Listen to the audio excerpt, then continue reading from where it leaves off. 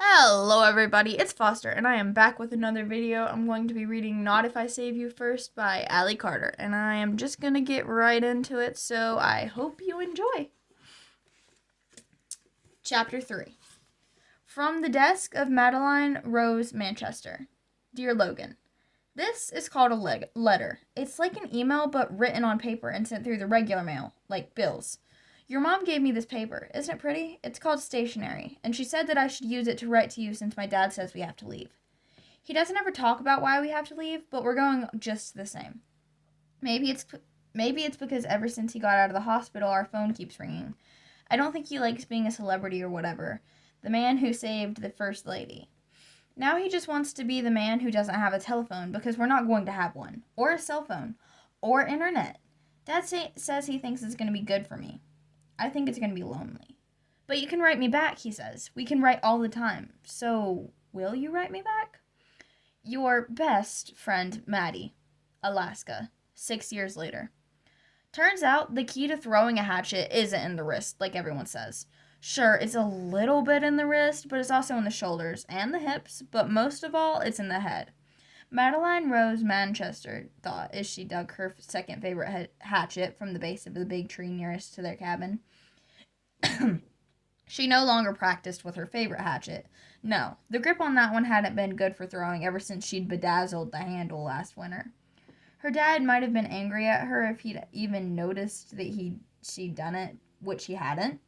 For a man whose very survival had once depended upon noticing things, he developed a very nasty habit of not noticing anything in the past 6 years. Or maybe, Maddie thought, he just no longer noticed her. She dug the hatchet from the tree and moved back 10 paces, 20, 30. She took a deep breath, filling her lungs with cool, damp air. The shadows were long and the forest was still, and Maddie knew that winter was coming fast. She had wood to haul, a chainsaw to sharpen. Someone needed to crawl on the roof and replace a couple of shingles, then reposition the solar panels that had been blown around by that big storm last week. She also had a mountain of schoolwork she'd have to send with her father next time he took the plane to Junio. Maybe she could get him to bring her 30 or 40 more library books. They hadn't gotten much snow for the past year or two, but the sun was going to go behind a cloud soon, and it wouldn't come out again until Easter. When that happened, Maddie wanted to be ready. Maddie was always ready. She took a few more steps back, flipped the hatchet in her hand, and drew back her arm, and threw.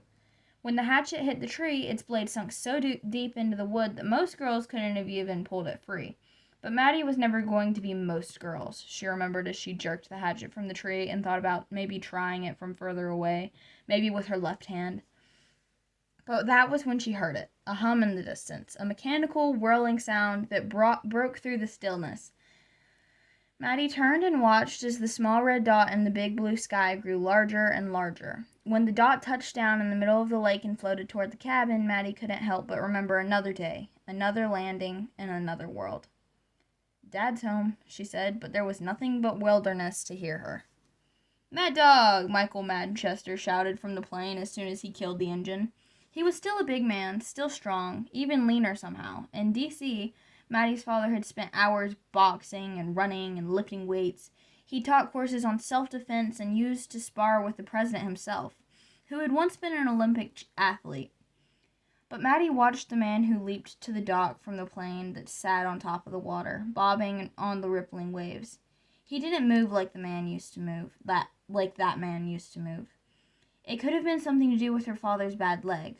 Many would have credited the shoulder injury or the 3 surgeries that had followed it, but Maddie knew it was Alaska that had changed her father. In Maddie's not-so-uneducated opinion, Alaska could change anyone. "Hey, kiddo, did it rain while I was gone?" "Yes, it rained," she told him. "It always rains." "Good." He put an arm around her shoulder and pulled her tight against him. "I stink." "I can tell." Maddie tried to pull away, but her father laughed and pulled her tighter. "If the barrels are full, I'll heat some water and take a bath. How are you, kiddo?" When they reached the porch of the small cabin, they both paused and pulled off their boots. It was a luxury being able to do this outside. Soon it would be too cold, and Maddie wanted to keep the mud out of the house for as long as possible, even though house wasn't really the right word. She followed her father into the room that held a wood-burning stove and a rickety table with 4 chairs. There was a shower rod over an open doorway that led to the kitchen, heavy curtains that could make the room private whenever one of them wanted to pull the tub in from the back porch and heat some water in the stove. In D.C., Maddie's bathroom had been entirely hers, with a pink shower curtain and towels so soft that Maddie would never, ever use them for something like drying her hands. Here, she had a tub and a curtain, and if she was lucky, 4 barrels full of rainwater and not ice. It was like that other bathroom, that other life, was just a dream. The main room held a recliner and a couch and 3 electric lights that worked as long as the sun was shining in summer or the wind was blowing in winter. And Maddie was grateful for the light. Light meant reading. It used to mean writing, but that was a long time ago, back when Maddie had someone to write to. But Maddie didn't let herself think about that. "So, how are you, kiddo?" her father asked again.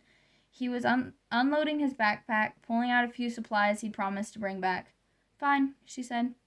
It took a moment, but her father laughed. "What is it?" she asked, and he shook his head. "Nothing, it's just, I guess it finally happened," he said. "What?" When her father looked at her again, she couldn't tell if he was happy or sad. He ran out of words. He started unloading library books, stacking them on their only table. "I knew you'd use them all up eventually, as fast as you went through them when you were a kid."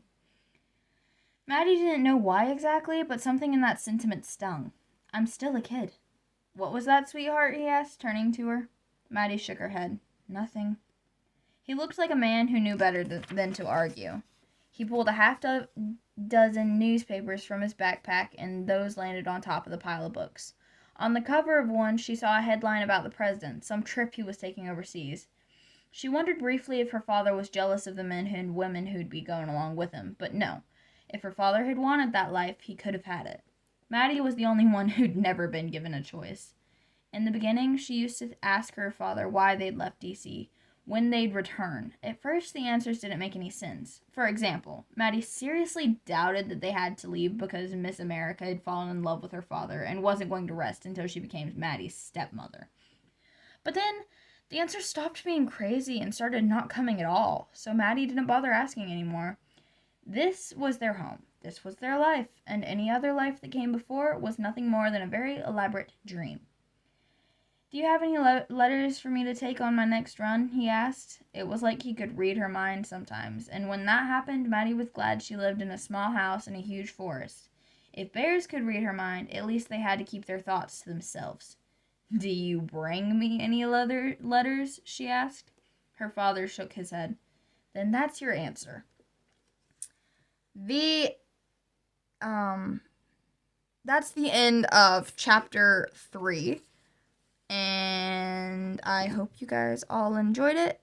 And now is when the actual story starts. The past 2 chapters were just backstory, I guess. I don't know. Anyways, I'll see you in the next one. Bye, guys.